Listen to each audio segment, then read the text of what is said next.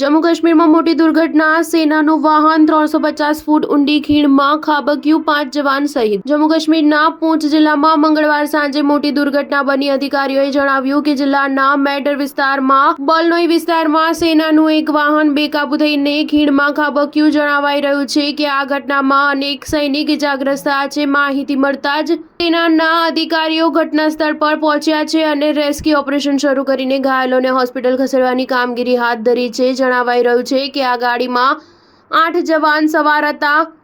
નીલમ હેડક્વાર્ટરથી લબનોઈ ઘોરા post તરફ જઈ રહેલી 11 MLIની સૈન્ય ગાડી ઘોરા પોસ્ટ પર પહોંચતા જ દુર્ઘટનાગ્રસ્ત થઈ હતી. ગાડી અંદાજિત 300 થી 350 ફૂટ ઊંડી ખાડીમાં ખાબકી. માહિતી મળતા જ 11 MLIની ટીમ ઘટના સ્થળે પહોંચી અને રેસ્ક્યુ ઓપરેશન શરૂ કર્યું. આ અગાઉ આ વર્ષે મે મહિનામાં જમ્મુ કાશ્મીરના અનંતનાગમાં સેનાનું વાહન ખીણમાં ખાબક્યું હતું, જેમાં 1 જવાન શહીદ થયા હતા ત્યારે 9 જવાનો ઘાયલ થયા હતા. આ અકસ્માત દક્ષિણ કાશ્મીરના અનંતનાગ જિલ્લાના વેરીનાગ વિસ્તારમાં સર્જાયો હતો. બટાગુડ વેરીનાગ વિસ્તારમાં ડ્રાઈવરે સ્ટીયરિંગ પરથી કાબુ ગુમાવતા સેનાનું વાહન સીધું ખીણમાં ખાબક્યું હતું. ઉલ્લેખનીય છે કે ગત વર્ષે ઓગસ્ટમાં લદ્દાખમાં લેહના ક્યારી ગામ પાસે સેનાનું એક ટ્રક ખીણમાં ખાબક્યું હતું. આ ઘટનામાં 2 જુનિયર કમિશન ઓફિસર અને 7 જવાનો શહીદ થયા હતા.